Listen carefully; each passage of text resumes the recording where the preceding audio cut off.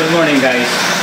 Ito, kung mayroon din lang kayong bunga na mapagkuhanan, epektibo to guys pang pamurga. So papakita ko sa inyo kung paano sa gamitin. Kasi depende ito sa size ng ano. Kung sisiw man yan, 3 months old, 5 months old, o kahit yung mga cock.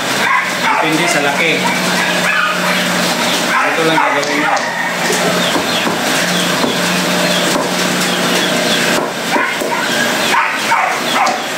Yakin nyo yan.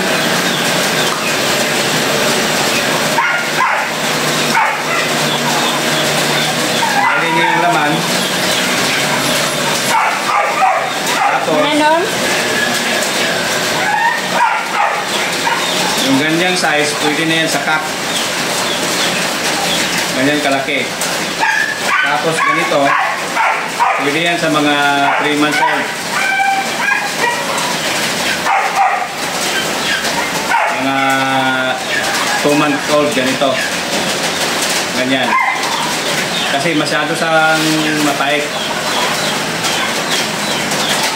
Kung meron lang kayo, maganda to, makatipid pa kayo. Ang mahal ng pamurga ngayon. Kasi ako dito, may mapagkuhanan kasi ako eh. Kaya tipid-tipid na rin, ganitong ginagawa ko. Tinatanggal ko dito, tapos dinidivide ko. Kasi naranasan ko na dito na hindi kinaya ng sisiw, namatay. So, maingat na ako sa size nito, by size. Sa mga broodcock, mga ano, epektibo nito, taas kaagad yung bulok eh. Ganyan lang, tapos divide nyo. Subo sa manok. Ang daming manok kasing ano eh, mapurga pag ganito.